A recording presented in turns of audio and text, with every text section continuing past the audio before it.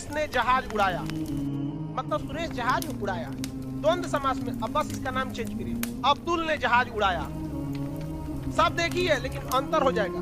सुरेश ने जहाज उड़ाया मतलब उड़ाया, और अब्दुल ने जहाज उड़ाया मतलब भड़काया।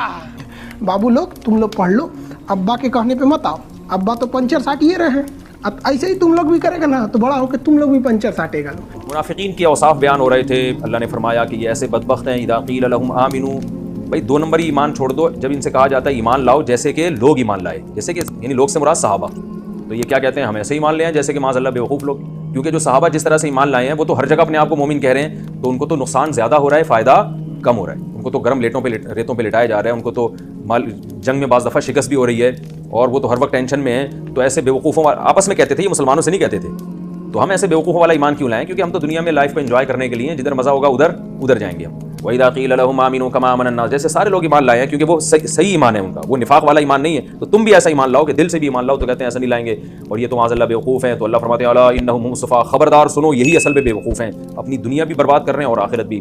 वलाकिन ला यअलमून, लेकिन इनको इल्म नहीं है। वइज़ा लक़ुल लज़ीना आमनू क़ालू आमन्ना, जब ईमान वालों से मिलते हैं तो क्या कहते हैं, ईमान ले आए, और जब अपने शतूंगड़ों के पास जाते हैं तो वहाँ जाके क्या कहते हैं, हम तो आपके साथ हैं और हम तो महज मुसलमानों के साथ मजाक कर रहे थे। तो अल्लाह ने फरमाया अल्लाह इनके साथ मजाक कर रहा है। वयमुद्दुहुम फ़ी तुग़यानिहिम यामहून, अब सवाल पैदा होता है अल्लाह इनसे इंतकाम क्यों नहीं लेता, इनको फ़ौरन सज़ा क्यों नहीं देता, तो अल्लाह ने बताया अल्लाह इनको मोहलत दे रहा है कि अपनी सरकशी में हैरान घूमते रहे। हैरान का मतलब मस्त होके, कोई फिक्र ना हो फ्यूचर की, ना हाल की, बस ना जहन्नम की, इसको कहते हैं हैरान होके अपने जो है ना सरकशी में घूमते रहें। तो ये अल्लाह की तरफ से नेमत नहीं है, बल्कि अल्लाह की तरफ से मोहलत है, और ये नाफरमानों को मिलती है ताकि आखिरत में सख्त अजाब दिया जाए और अपनी नाफरमानी में वो बढ़ जाएँ।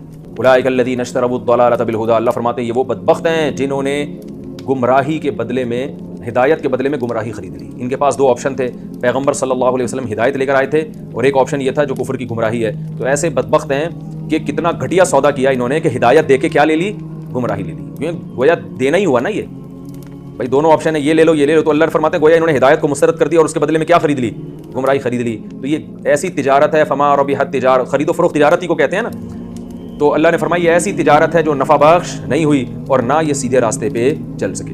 फरमाते हैं अल्लाह सुम्मुन, ये बहरे हैं, बुकमुन गूंगे हैं, बहरे किससे, हक बात से, यानी हर चीज़ सुनाई देती है मगर हक बात सुनाई नहीं देती। बुकमुन हर चीज़ बोल सकते हैं मगर हक नहीं बोल सकते। उम्युन अंधे हैं, क्या मतलब सब कुछ नज़र आ रहा है, सीधा रास्ता नज़र नहीं आ रहा। तो सीधे रास्ते के मामले में अंधे भी हैं, बहरे भी हैं और गूंगे भी हैं।